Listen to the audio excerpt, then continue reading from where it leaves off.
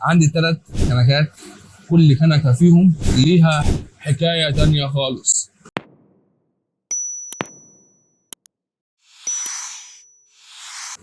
انواع الكنكه دي ستانلس؟ ستانلس على المونيا. الاولانيه دي المونيا نحاس معروف، بس ده النحاس على ابوه. النحاس بدرجات.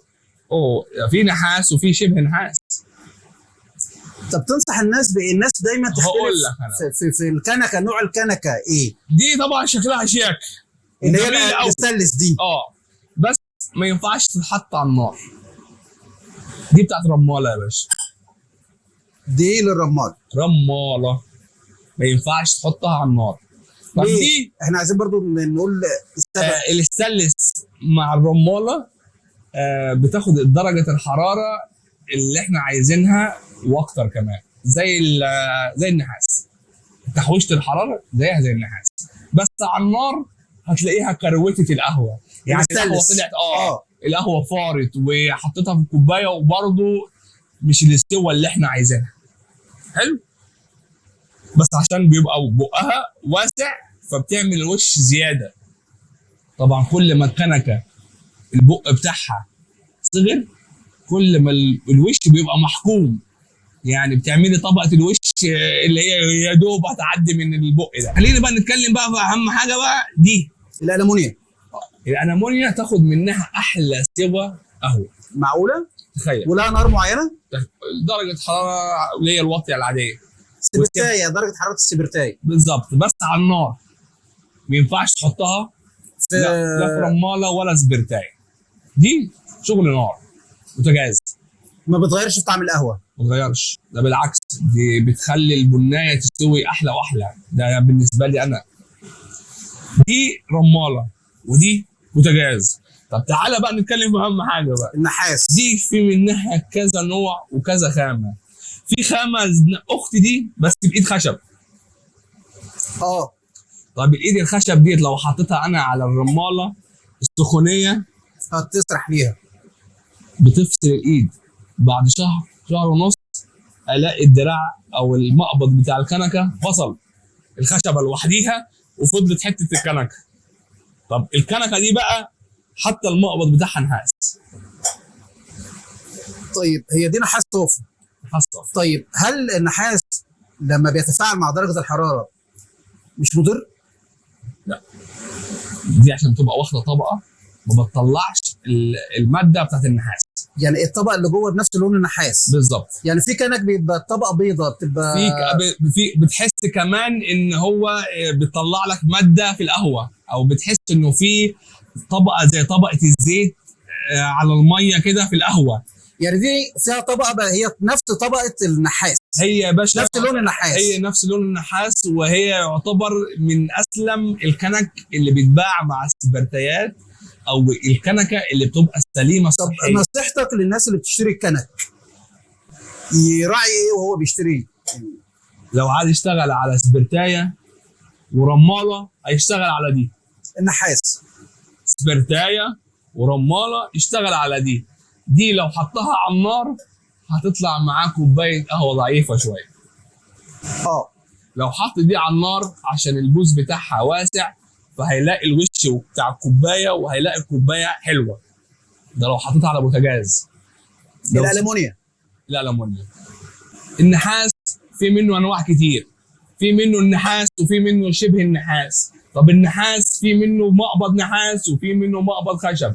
المقبض الخشب بيتكسر مني مع السخونيه وببقى مش عارف اشيل الكنكه، بقى هجيب حته وافضل اسند في الكنكه واشيل الكنكه. طب العميل هيعرف ازاي نوع النحاس يعني؟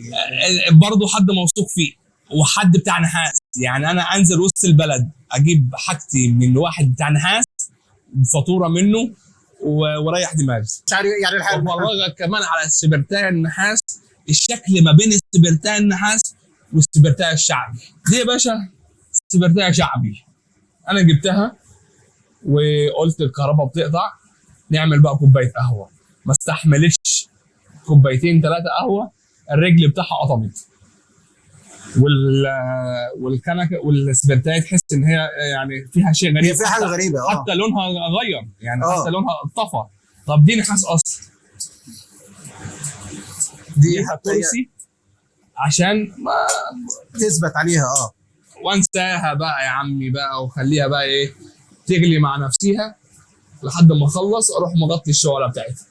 دي النحاس، دي الفرق ما بين النحاس الاصلي وشبه النحاس. دي برضو بتيجي من الاماكن اللي هي ديت يعني انا حتى انا كمان جايبها من ناس موثوق منها، اللي هي شغلها نحاس، مصنع نحاس. اجيب حاجتي كلها لوكشه واعرف احاسبه. يعني السبرتايه ديت اتقطمت حصل لها حاجه، اروح ابعتها مع اي حد اقول له لا انا خدت منك سبرتايه طلعت مني مش سليمه. طب انا دلوقتي لو رحت بالكنكه ديت عند اللي انا اشتريته منها هيقول لي انا ولا شفتك ولا لمحتك قبل كده اساسا. طب الكنك التاني بقى اللي هو فخار والحاجات دي، يعني الفخار الناس بتلجأ ليه دلوقتي؟ الفخار، كنكه الفخار ممكن ماشي، بس سبرتايه الفخار اكبر خطر. الفخار والكريستال اللي هي شبه الازاز، السبرتايتين دول اكبر خطر. ليه؟ قول لي ليه؟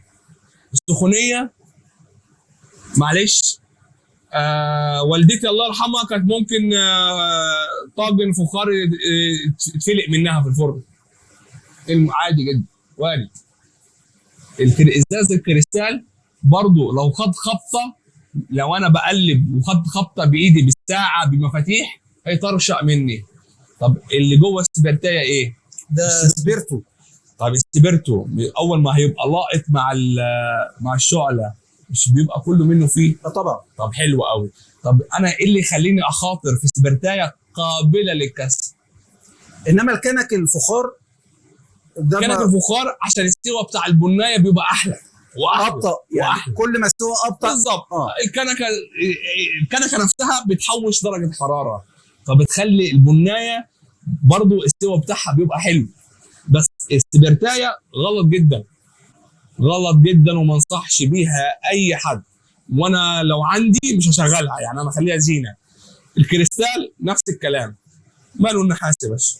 شياكه والله، ماله النحاس؟ على الاقل حته حديد، تراث، يعني تراث، على الاقل حته حديده ما اتخبطت مني، اتدقرت مني، وقعت مني زي ما وقعت. دي وقعت يا باشا، دي خدت وقعه اتطبقت وخلاص. اتطبقت. طب لو السبرتايه الثانيه لا كانت هتنفجر زي ابو الفخار كانت هتطرش. دي وقعت مني خدت خبطه وشغاله عادي.